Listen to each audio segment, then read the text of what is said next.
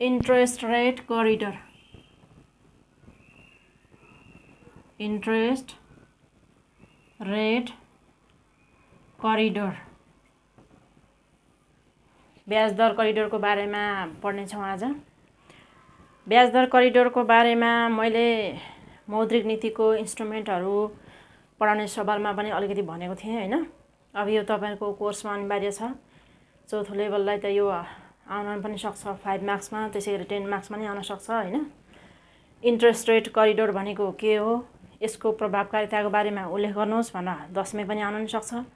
अथवा interest rate corridor भनेको के हो, इन्ट्रेस्ट रेट करिडोर प्रभावकारी हुन नसक्ने कारणहरू के हुन् हैन। इन्ट्रेस्ट रेट करिडोरले कसरी काम गर्दछ, नेपाल राष्ट्र बैंकले इन्ट्रेस्ट रेट करिडोर मार्फत कसरी ब्याज दर नियन्त्रण गर्दछ, बैंक वित्तीय संस्थाहरूमा हुने ब्याज दर हैन भनेर यस्ता विभिन्न प्रश्नहरू यसमा चाहिँ आउन सक्छन्। यो एउटा इम्पोर्टेन्ट टपिक हो, एउटा क्वेसन चाहिँ अनिवार्य आउँछ भनेर एटिबिएल फोलाई चाहिँ अब भनेर तोकेरै सिलेबसमै दिएको छ।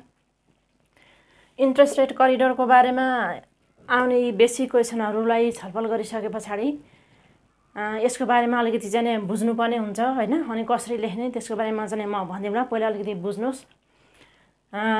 यसमा बुझ्नुपर्ने कुराहरू केही पनि छैन। नेपाल राष्ट्र बैंकले के गर्छ त भन्दाखेरि मौद्रिक नीति मोनिटरी पोलिसी अन्तर्गत हैन, मोनिटरी पोलिसी अन्तर्गत युज गर्ने एक सशक्त उपकरण हो। यो एक सशक्त उपकरण नै आईआरसी इन्ट्रेस्ट रेट करिडोर हो भनेर भन्न सकिन्छ। कसरी भन्दाखेरि नेपाल राष्ट्र बैंकले मौद्रिक नीतिको उपकरण मार्फत हैन विभिन्न बैंकिङ क्षेत्रको दीर्घकालीन ब्याज दरलाई निश्चित सीमाभित्र राख्नको लागि, किनभने बजारमा यो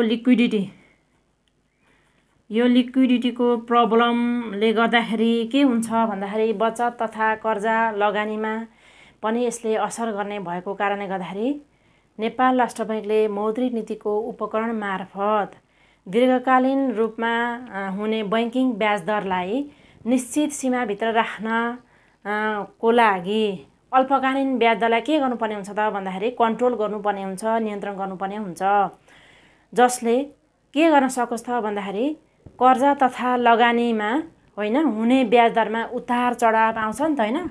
यो लगानीमा उतार चढाव कहिले तल जान्छ कहिले माथि जान्छ, यस्तो हुँदाखेरि लगानी गर्ने नगर्ने अनिश्चितताहरू, विभिन्न अनसर्टेन्टिटीहरू बढ्दै जाने भएको कारणले गर्दाखेरि यसलाई कसरी भन्न सक्नु पर्यो भन्दाखेरि नेपाल राष्ट्र बैंकले मोनिटरी पोलिसी अन्तर्गत ल्याउने एउटा उपकरण मध्येको सशक्त उपकरण आईआरसी हो, जस अन्तर्गत अथवा यो आईआरसी अन्तर्गत के गर्ने गरिन्छ भन्दाखेरि दीर्घकालीन ब्याज दरलाई निश्चित सीमाभित्र, कति निश्चित सीमाभित्र भन्ने कुरा अहिले हामी पढ्न गइरहेका छौँ। एउटा नेपाल राष्ट्र बैंकले तोकेको निश्चित सीमाभित्र राख्ने र दीर्घकालीन ब्याज दरलाई त्यस्तो सीमाभित्र राख्ने र त्यो गर्नको लागि नै अल्पकालीन ब्याज दरलाई के गर्नुपर्ने हुन्छ त भन्दाखेरि वाञ्छित सीमाभित्र राख्नको लागि अपनाउने एउटा उपकरण अथवा एउटा प्रक्रियालाई नै इन्ट्रेस्ट रेट करिडोर भनिन्छ भनेर चाहिँ अब यहाँ तपाईले लेख्न सक्नुहुन्छ।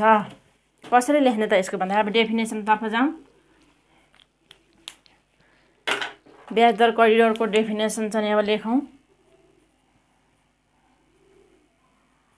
डेफिनेसनमा चाहिँ लेख्नु पर्दाखेरि नेपाल राष्ट्र बैंकले, तपाईले चाहिँ नेपाल राष्ट्र बैंकले भनेर लेख्नु होला, एनआरबी भनेर चाहिँ नलेख्नु होला हैन।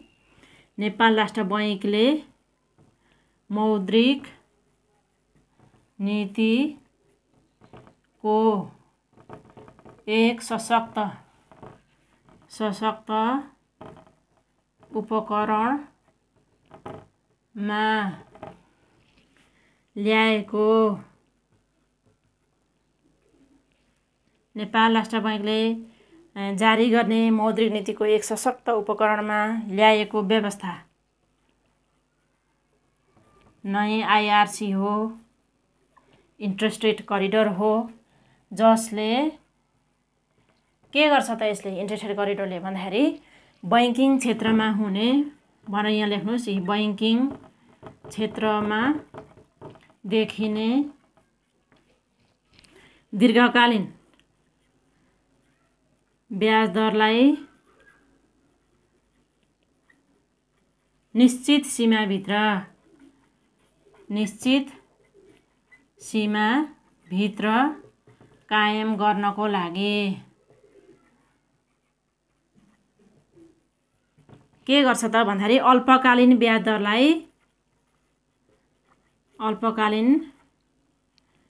दरलाई नीतिगत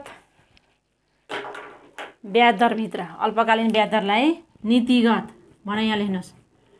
नीतिगत ब्याज दरमा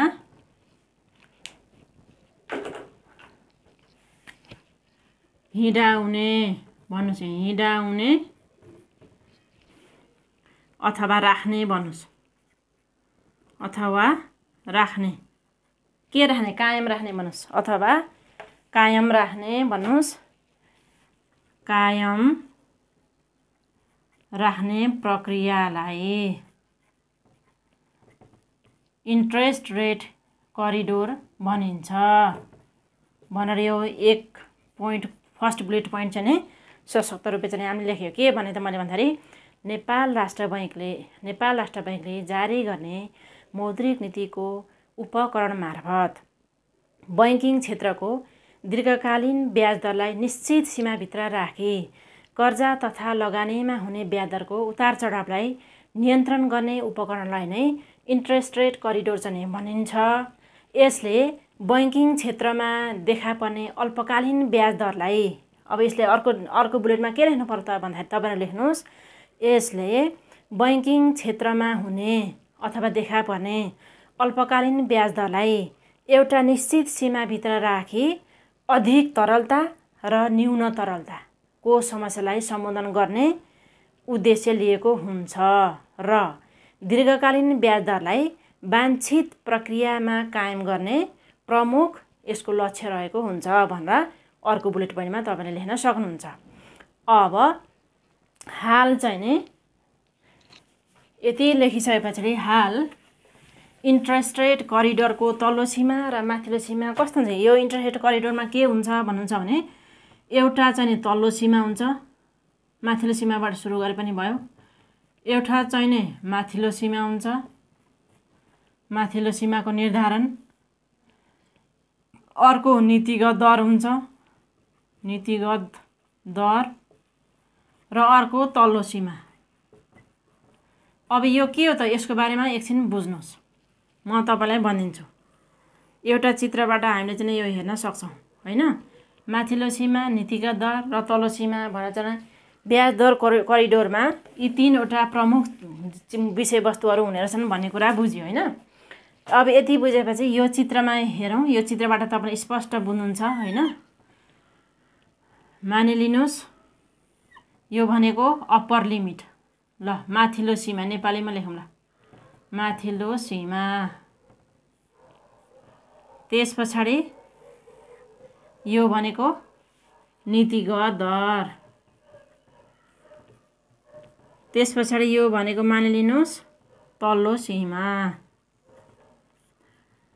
माथिल्लो सीमा, नीतिगत दर र तल्लो सीमा। माथिल्लो सीमा चाहिँ 5% तोकेको छ, नीतिगत दर चाहिँ 3% तोकेको छ, तल्लो सीमा चाहिँ 1% तोकेको छ। अब यो चित्रमा ध्यान दिनु होला। यो चित्रमा चाहिँ ध्यान दिएपछि तपाईले राम्ररी चाहिँ बुझ्न सक्नुहुन्छ। ल मानिलिनुस् यो भनेको ब्याज दरको एउटा वक्ररेखा भनेर भन्नुस् न हैन। मानिलिनु अल्पकालीन ब्याज दरको वक्ररेखा। अब ब्याज दर करिडोर भनेको के रहेछ, यसले कसरी काम गर्दो रहेछ र नेपाल राष्ट्र बैंकले मौद्रिक नीति अन्तर्गत प्रयोग गर्ने यो उपकरणलाई कसरी प्रभावकारी रूपमा चाहिँ बैंकिङ क्षेत्रमा कार्य गर्न सक्दछ त भन्ने कुरा यहाँ आयो। त्यो भन्दा अगाडि हामीले चाहिँ यहाँ के गर्छौं भन्दा लिक्विडिटी, यतापट्टि लिक्विडिटी मापन गरिएको छ हैन। यतापट्टि रेट अफ इन्ट्रेस्ट भइहाल्यो। अब माथिल्लो सीमाको अर्थ के हो, नीतिगत दर अथवा पोलिसी रेट भनेको के हो र लोअर लिमिट अथवा तल्लो सीमा 1% छ भन्नुको अर्थ के हो त भन्ने कुरा म तपाईँलाई बुझाइदिन्छु। हेर्नुहोस्, अर्थतन्त्रमा यदि अर्थतन्त्रमा यो लिक्विडिटी चाहिँ, लिक्विडिटी भनेको तरलता, यो लिक्विडिटी यदि अभाव भएको छ, अभाव हुनु भनेको घट्नु, लिक्विडिटीको अवस्था चाहिँ घटेको छ भने के गर्नु पर्यो त भन्दाखेरि लिक्विडिटी कम छ भन्नुको मतलब पैसाको अभाव छ। बैंकिङ क्षेत्रमा अथवा एउटा बैंक चाहिँ पैसाले चाहिँ खटपट परेको छ, उसलाई अभाव परेको छ भने उसले के गर्छ त भन्दाखेरि पक्कै पनि व्यक्तिलाई समस्या पर्दाखेरि ऋणहरू काट्ने गर्छ कि गर्दैन व्यक्तिले, परिवारले, त्यस्तै बैंक पनि त एउटा सङ्गठन हो। उसले पनि के गर्नुपर्ने हुन्छ त भन्दाखेरि यदि उसलाई पैसाको अभाव परेको अवस्थामा त उसले अवश्य ऋण लिन्छ। यसरी एउटा बैंकले अर्को बैंकसँग ऋण लिने प्रक्रियालाई अन्तर्बैङ्क कारोबार भनिन्छ, अन्तर्बैङ्क सापट भनिन्छ, होइन। मानिलिनुहोस् कृषि विकास बैङ्कले राष्ट्रिय वाणिज्य बैङ्कसँग पैसा लिएको छ भने त्यसलाई अन्तर्बैङ्क कारोबार अथवा अन्तर्बैङ्क सापट भनेर भनिन्छ। यदि अर्थतन्त्रमा अथवा बैंक वित्तीय संस्थामा लिक्विडिटी कम भएको छ भने अन्तर्बैङ्क कारोबार गर्दाखेरि मानिलिनुहोस् यो ए बैंकले बी बैंकबाट सापट लिँदाखेरि त्यत्तिकै पैसा दिने हुनु त भएन, एउटा निश्चित ब्याज दरमा चाहिँ दिनुपर्ने हुन्छ। यो ए बैंकले बी बैंकसँग किन पैसा सापट लिँदैछ त भन्दाखेरि अर्थतन्त्रमा लिक्विडिटी कम छ, त्यही भएर उसले सापट लिँदैछ। यो ए बैंकले बी बैंकबाट यसरी ऋण सापट लिँदाखेरि एउटा निश्चित सीमा चाहिँ अभाव भएको छ भने यो 5% भन्दा माथि 6%, 7% अथवा 8% नहोस्, त्योभन्दा बढी लिन पाइँदैन।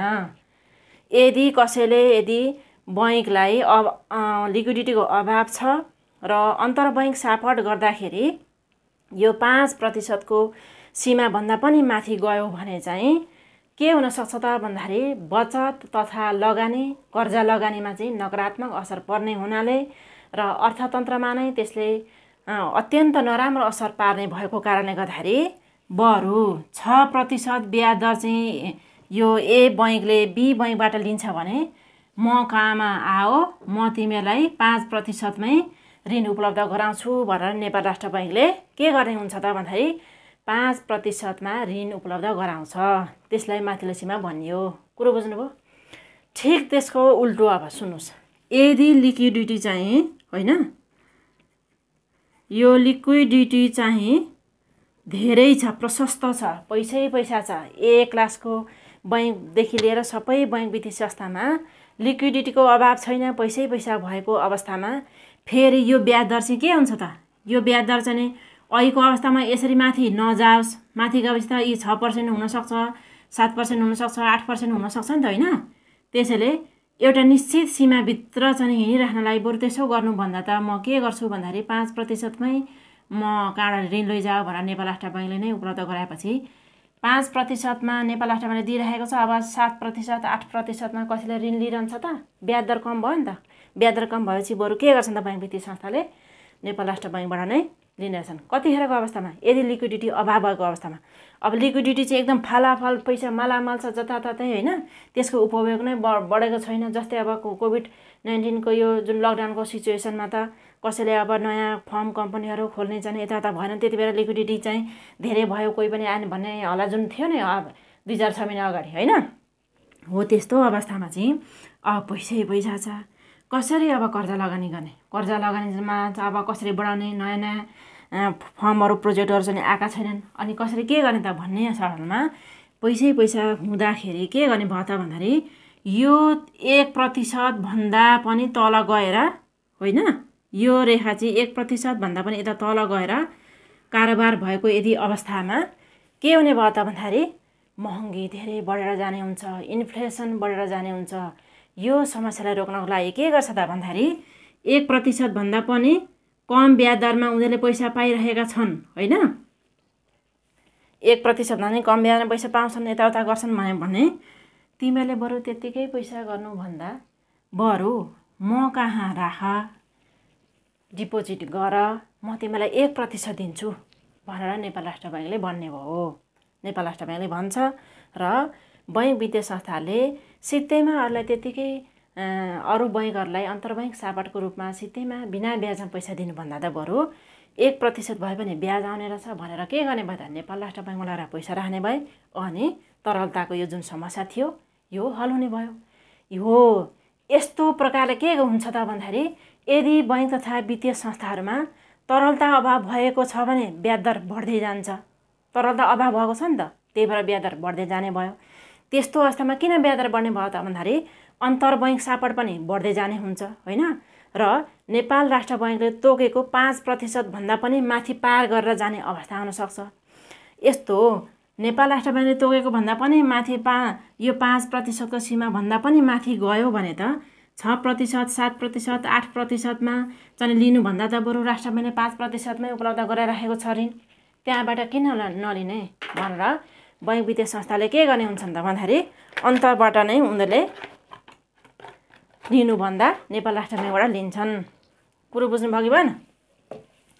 तसर्थ यो 1 देखि यो ब्याज दर करिडरको मुख्य चाहिँ कार्य भनेको चाहिँ अल्पकालीन ब्याज दरलाई 1 देखि 5% को सीमाभित्र रहने पार्ने। त्यही कारणले नीतिगत दर भनेको चाहिँ होइन यो 3% को हाराहारीमा मात्रै होस् है। यस्तो अवस्था आउने भएको कारणले गर्दाखेरि माथि जाँदाखेरि पनि राष्ट्र बैंकले 5% मै ऋण उपलब्ध गराइदिने भयो, 6-7% लिने कुरो भएन।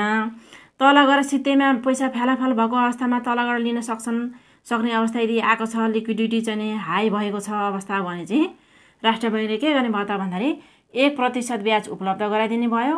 अनि अन्तर्बैङ्क सापटमा त्यत्तिकै बिना ब्याज पैसा दिनुभन्दा बैंक वित्तीय संस्था लगेर राष्ट्र बैंकमा डिपोजिट गर्छन्। किनकि प्रत्येक बैंक वित्तीय संस्थाहरूको एकाउन्ट चाहिँ नेपाल राष्ट्र बैंकमा खोलेको हुन्छ भन्ने कुरा तपाईँलाई थाहा छ होइन।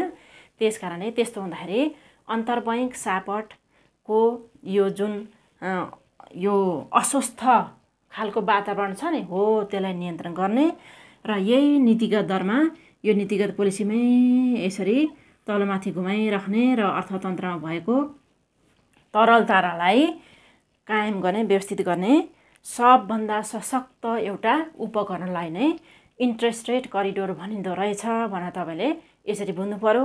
र यसले कसरी काम गर्छ भन्ने कुरा नि लिक्विडिटी अभाव भएको अवस्थामा राष्ट्र बैंकले 5% मा चाहिँ पैसा उपलब्ध गराउँछ बैंक वित्तीय संस्थालाई, अन्तर्बैङ्क सापटहरू जानै पर्ने भएन। र लिक्विडिटी चाहिँ फालाफाल भएर टनाटन भएको अवस्थामा चाहिँ राष्ट्र बैंकले 1% ब्याज चाहिँ दिन्छु म कहाँमा पैसा डिपोजिट गर भनेर बैंक वित्तीय संस्थाले भन्छ। अनि त्यस्तो भएको कारणले गर्दाखेरि त्यत्तिकै पैसा चाहिँ दिनुभन्दा बरु 1% भए पनि ब्याज आउँछ नि त भनेर बैंक वित्तीय संस्थाले राख्छन् र लिक्विडिटी चाहिँ समाधान हुन्छ होइन। यसरी अब पैसा तान्ने प्रक्रिया नेपाल राष्ट्र बैंकले गर्छ भनेर चाहिँ अस्ति पढेको थियो नि। त्यस कारणले ब्याज दर करिडोर भनेको यही हो। यो चाहिँ अफिसर लेभलमा पढ्नेलाई पनि थाहा नहुन पनि सक्छ होइन, उहाँलाई पनि यो काम लाग्न सक्छ। यसरी नीतिगत दर भने चाहिँ 3% कायम गरिएको छ, माथिल्लो सीमा चाहिँ 5% कायम गरिएको छ र ब्याज दर करिडोरको तल्लो सीमा भनेको चाहिँ 1% कायम गरिएको रहेछ। यसले दीर्घकालीन ब्याज दरलाई समेत वाञ्छित सीमामा हिँडाउने एउटा ह्याबिट बसाउँछ। अल्पकालीन ब्याज दरलाई त अब निश्चित सीमामा हिँडाउने नै भयो नै, साथसाथमा अल्पकालीन ब्याज दरलाई नियन्त्रण गर्दै जाँदा दीर्घकालीन ब्याज दरलाई पनि नियन्त्रण गर्न सहज हुने भएको कारणले गर्दाखेरि ब्याज दर करिडोर बढी प्रभावकारी मानिन्छ भनेर तपाईँले यहाँ लेख्नुपर्ने हुन्छ। कसरी हुन्छ त भन्दाखेरि यो तरलताको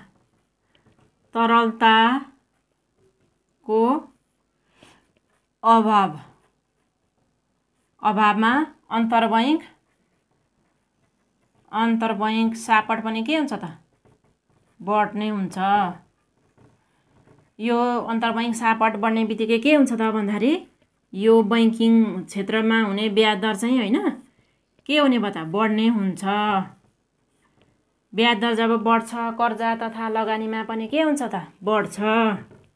यसले कर्जा तथा लगानी पनि लगानीमा दिने भनौँ न दिने ब्याज दिने न लिने ब्याज भनौँ न लिने ब्याज बढ्ने भयो।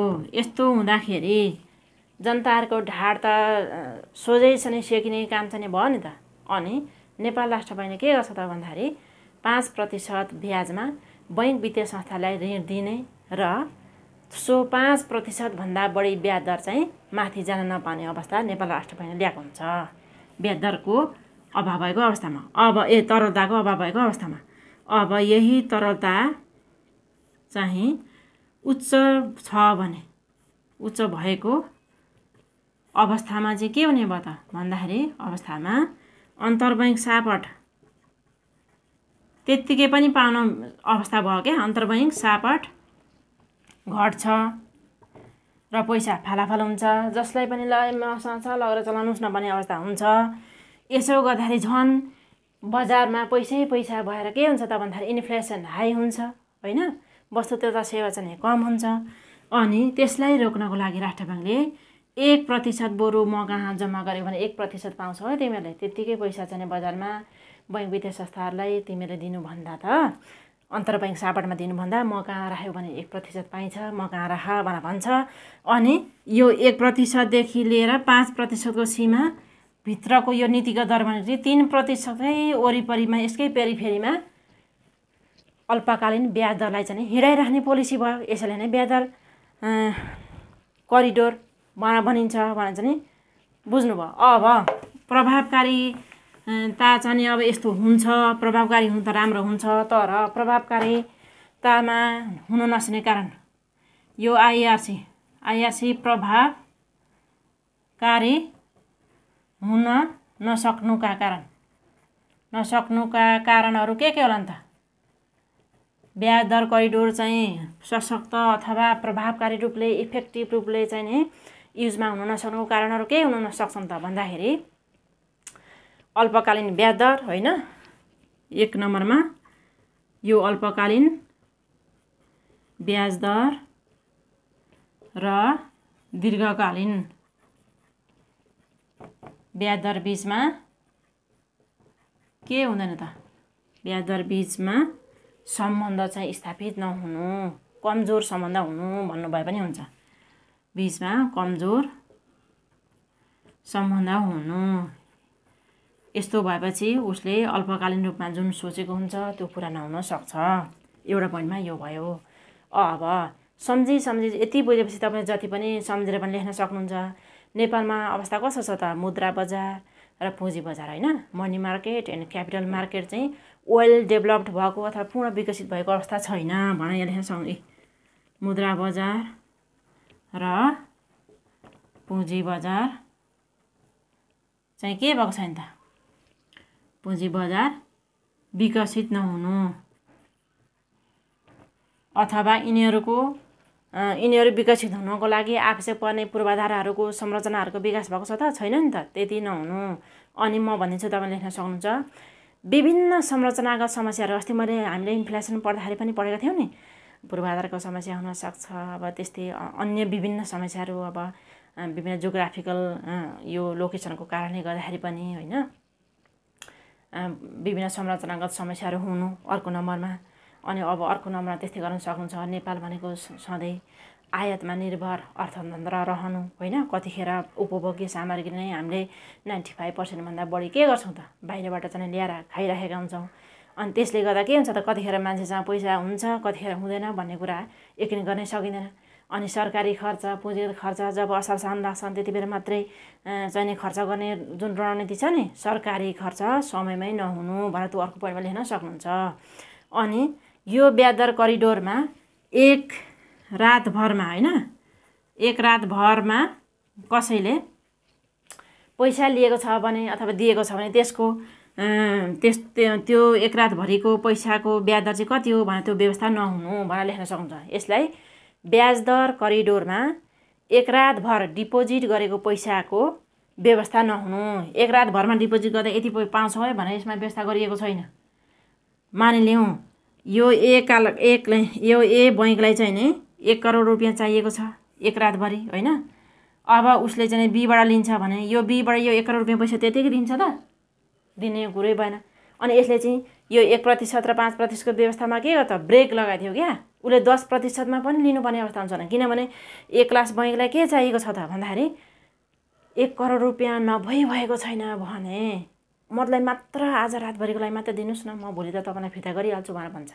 उसो भए लानुहोस् न त 10% मलाई दिनुहोस् यसो होइन, 10% दिनु लानु भन्छ। अब 1 करोडको 10% कति हुन्छ आफै हिसाब गर्नु। एक रातभरिमा 1 करोडको 10% उसले पाउँछ भने उसले किन यो 5% र यो 1% नरहिरहन्छ भन्नुहोस् त, रहने कुरै भएन। यसको चाहिँ यो प्रष्ट रूपमा ब्याज दर करिडोरमा नेपाल राष्ट्र बैंकले व्यवस्था गरेको छैन। त्यही भएर ब्याज दर करिडोर चाहिँ प्रभावकारी हुन सकिरहेको छैन भन्न सकियो। अनि तरलता चाहिँ अब अर्को पोइन्टमा तरलता कति बेला चाहिँ घट्छ अथवा कति बेला बढ्छ अथवा कति बेला तलमाथि उतार चढाव आउँछ भनेर प्रक्षेपण गर्न चाहिँ कठिन हुनु, यस्ता विविध चाहिँ कार्यगत तथा नीतिगत कारणहरूले गर्दाखेरि इन्ट्रेस्ट रेट करिडोर चाहिँ प्रभावकारी हुन सकिरहेको छैन।